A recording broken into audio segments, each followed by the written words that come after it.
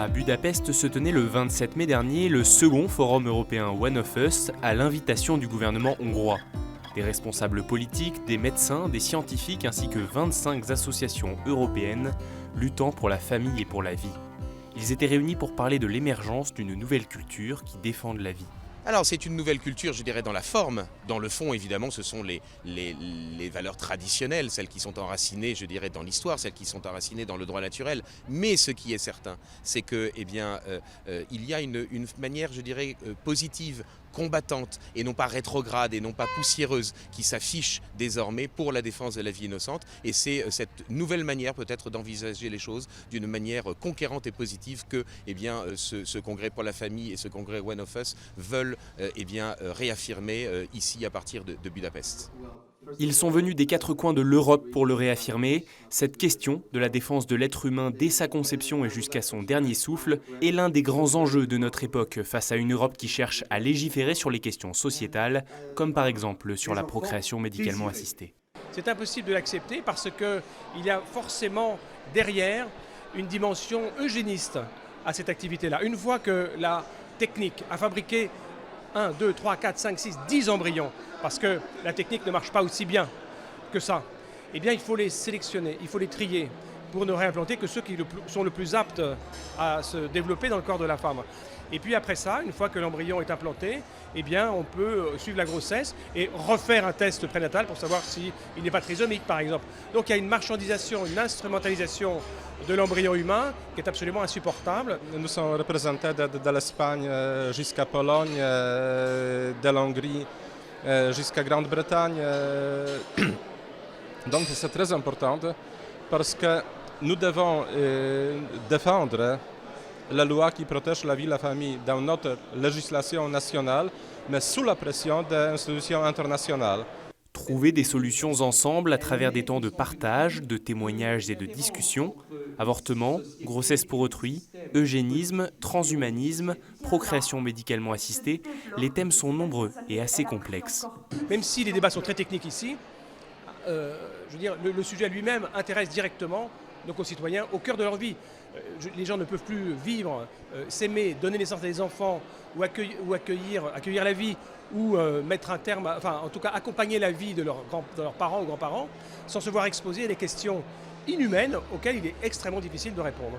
Et ça, c'est pas juste pour nos concitoyens, c'est pour ça qu'on se réunit ici. En Espagne, nous trouvons qu'il y a des forces, on dirait, ou des tendances politiques qui veulent changer la législation pour introduire des politiques qui ne sont pas respectueuses avec la dignité de toutes les personnes, telles que la grossesse par autrui, par exemple. Une journée pour poser un bilan de la situation et en relever les enjeux, mais aussi pour mettre en avant des solutions alternatives, humaines, naturelles, comme la naprotechnologie pour les couples désirant avoir un enfant sans y parvenir. La naprotechnologie offre une alternative aux techniques de procréation artificielle. Ça veut dire que même quand un couple vient nous voir avec des problèmes d'infertilité, nous ne leur suggérons pas de contourner leurs problèmes et de trouver une autre méthode. Mais au contraire, nous essayons de creuser profondément aux racines de leurs problèmes et essayer de trouver ce qui ne va pas en eux, essayer de trouver ce qui n'a pas été. Quel que soit le problème, on va essayer d'arranger ça. La naprotechnologie est donc présentée comme une des réponses naturelles à la PMA.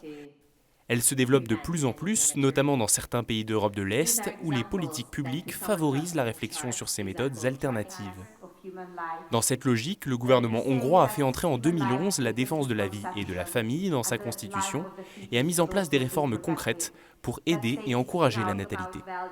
Il y a l'aide financière, il y a par exemple un système très étendu des crèches partout en Hongrie. Donc ça veut dire que pour les jeunes couples qui veulent avoir des enfants, qui veulent avoir une famille, en fait, on donne toute aide possible de la part du gouvernement hongrois.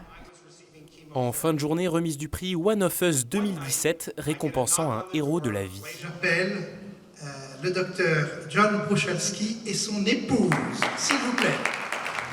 le docteur américain John Bruchelski, qui il y a une trentaine d'années a contribué à développer l'avortement. Il était notamment l'un des promoteurs du pré-embryon. Mais en 1989, il rencontre Jérôme Lejeune, sa vie est bouleversée. 4 ans plus tard, il fonde la clinique Tepeyac en Virginie.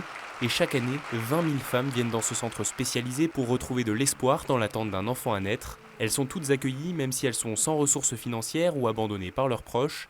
C'est un refuge pour les femmes enceintes en difficulté. Je suis honoré, mais je suis aussi un peu mal à l'aise, puisque je ne pense pas le mériter. Je suis un très bon docteur et je ne crois pas que tuer quelqu'un de notre famille humaine soit une réponse au problème. Vous ne résolvez pas la pauvreté en vous débarrassant des personnes pauvres. Vous ne résolvez pas non plus la trisomie 21 en tuant les personnes ayant la trisomie 21. Moi, je suis extrêmement, évidemment, touché par un tel témoignage. Et je sais qu'un témoignage comme celui-ci doit sortir, je dirais, de l'ombre et doit être connu. Parce qu'un témoignage comme celui-ci peut créer des vocations, peut susciter des vocations, peut susciter des consciences.